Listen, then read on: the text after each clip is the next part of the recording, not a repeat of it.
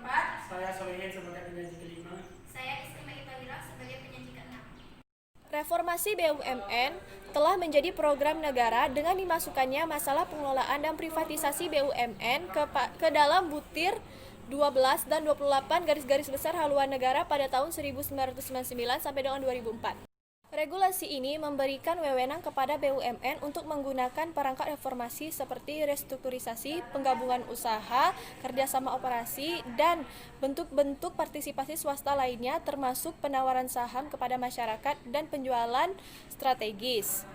Alasan-alasan umum perlunya tindakan reformasi BUMN ada 4. Yang pertama yaitu biaya produksi yang relatif tinggi menyebabkan tingkat laba yang dicapai rendah dan ketidaksanggupan perseroan untuk membiayai perluasan usaha dari laba yang ditahan.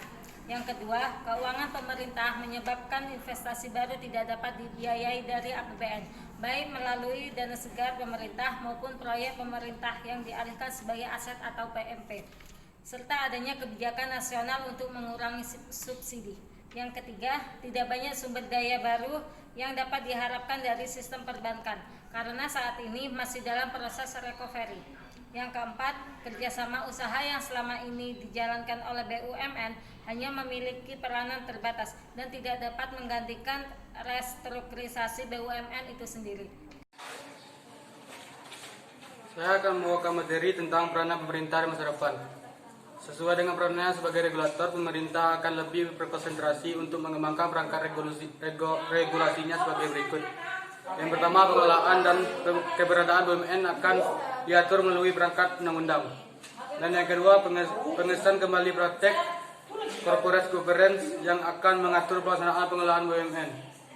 Dan yang ketiga, penetapan prosedur pelaksanaan privatisasi untuk menjamin transparansi dan persaingan yang adil serta menjamin terdapatnya manfaat bagi publik dari program partisipasi tersebut. Dan yang terakhir atau yang keempat, insentif untuk meningkatkan investasi, masuknya pengusaha-pengusaha dan usaha-usaha bar dengan manajemen dan kepemilikan yang beragam. Sasaran dari reformasi BUMN yang pertama, menjamin kinerja dari BUMN, yang kedua, terwujudnya BUMN di pasar global, yang ketiga, membangun pasar modal, yang keempat, membangun pendapatan dengan memperbaiki keuangan negara, yang kelima, demi adanya keuntungan investor dan konsumen.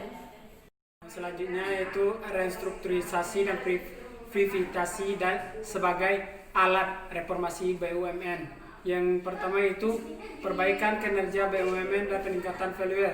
Yang kedua, mendorong terbentuknya good governance, perusahaan yang sehat, transparan, dan akuntabel, serta pemerintahan yang efektif.